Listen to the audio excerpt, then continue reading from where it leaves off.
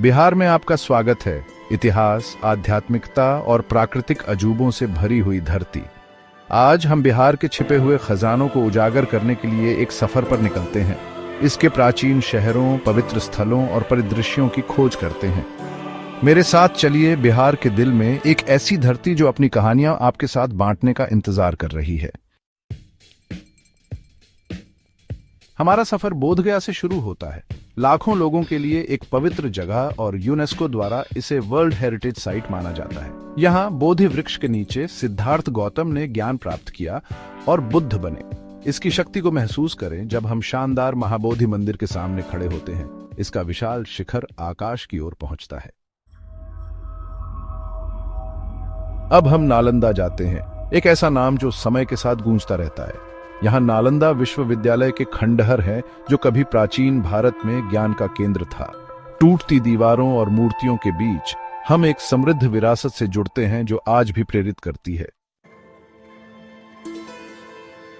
हमारी खोज अब हमें राजगीर ले जाती है, इतिहास और आध्यात्मिकता से भरा एक शहर। हरी भरी पहाड़ियों के बीच बसा यह प्राचीन शहर कभी शक्तिशाली साम्राज्यों का केंद्र और आध्यात्मिक साधकों का आश्रय स्थल था। हम गृद्धकूट पर्वत पर चढ़ेंगे, जहां कहा जाता है कि बुद्ध ने कई उपदेश दिए थे। चौथा अध्याय, वैशाली, देवताओं के पद चिन्ह। प्राचीन भारत के माध्यम से हमारी यात्रा वैशाली में जारी है, भगवान महावीर और बुद्ध से जुड़ा एक शहर। हम प्राचीन स्तूपों के अवशेषों का पता लगाएंगे। बुद्ध के अवशेषों वाले समाधि स्थल, हर एक पवित्र खजाने की रक्षा करने वाला एक मूक प्रहरी। पांचवा अध्याय, पावपुरी, अंतिम प्राप्ति। हमारी तीर्थ यात्रा अब हमें पावपुरी ले जाती है, जो जैनियों के लिए गहन आध्यात्मिक महत्व का स्थान है। हम एक शांत झील के केंद्र से शांत रूप से उठते हुए संगमरमर के मंदिर, भव्य जल मंदिर का दौरा करेंगे। छठा अध्याय, पटना साहिब, जहां एक गुरु का जन्म हुआ था। हमारी यात्रा अब हमें पटना साहिब ले जाती है, जो सिखों के लिए बहुत महत्व वाला शहर है। भक्तों की श्रद्धा देखें, जब वे अपना सम्मान व्यक्त करते हैं, उनका विश्वास स्पष्ट होता है। प्राचीन शहरों और पवित्र स्थलों को पीछे छोड़ते हुए हम बिहार के जंगलों में जाते हैं, वाल्मीकि राष्ट्रीय उद्यान के केंद्र में। घने जंगलों और घुमावदार नदियों के बीच एक अलग तरह का जादू इंतजार कर रहा है। यहाँ प्रकृति का राज है, जहां हम प्राकृतिक दुनिया की कच्ची सुंदरता के साथ फिर से जुड़ते हैं। हमारी अगली मंजिल हमें ब्रह्मजूनी पहाड़ी पर ले जाती है, जहां प्राकृतिक सुंदरता और धार्मिक महत्व आपस में जुड़े हुए हैं। जैसे ही हम इस पवित्र पहाड़ी पर चढ़ते हैं, तीर्थयात्रियों द्वारा चिकने किए गए प्राचीन पत्थरों की सीढ़ियों पर चढ़ते हुए हमें लुभावने दृश्यों से पुरस्कृत किया जाता है। शिखर पर हमें प्राचीन मंदिर और धार्मिक स्थल मिलते हैं, विश्वास की स्थायी शक्ति के प्रमाण।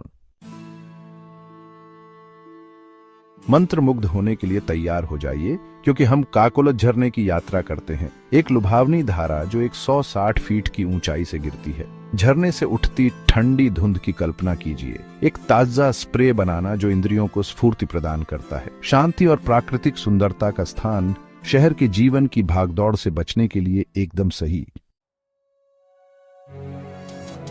बिहार की हमारी खोज हमें गोलघर ले जाती है, एक अनोखा वास्तुशिल्प चमत्कार जो बीते युग के प्रमाण के रूप में खड़ा है। मधुमक्खी के छत्ते के आकार में बना यह विशाल अन्न भंडार अनाज को स्टोर करने और अकाल से बचाने के लिए बनाया गया था।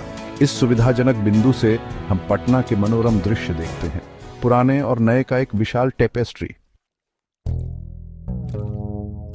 समय के माध्यम से हमारी यात्रा पटना संग्रहालय में जारी है, कलाकृतियों और अवशेषों का खजाना जो बिहार के समृद्ध इतिहास की कहानी कहते हैं। मौर्य और गुप्त काल की प्राचीन मूर्तियों के सामने खड़े होने की कल्पना कीजिए, उनके जटिल विवरण बीते युग की कलात्मकता का प्रमाण है। टेराकोटा की मूर्तियों, प्राचीन सिक्कों और पांडुलिपियों पर अचंभा करें। प्रत्येक वस्तु लंबे समय से चले आ रहे साम्राज्यों की कहानियों को फुसफुसाती है। हमारी अंतिम मंजिल हमें बारबर पहाड़ियों में गहराई तक ले जाती है, रहस्यमय बारबर गुफाओं तक। मौर्य काल की ये प्राचीन रॉक कट गुफाएं भारत की सबसे पुरानी रॉक कट वास्तुकला में से हैं। शिलालेखों से पता चलता है कि इन गुफाओं का इस्तेमाल आजीविका साधुओं द्वारा किया जाता था, जिन्होंने यहाँ एकांत और आध्यात्मिक ज्ञान प्राप्त किया। जैसे ही बिहार के माध्यम से हमारी यात्रा समाप्त होती है, हम इसके समृद्ध इतिहास, आध्यात्मिकता और प्राकृतिक सुंदरता के लिए गहरी प्रशंसा करते हैं। इस साहसिक कार्य में मेरे साथ जुड़ने के लिए धन्यवाद। लाइक, शेयर और सब्सक्राइब करना न भूलें।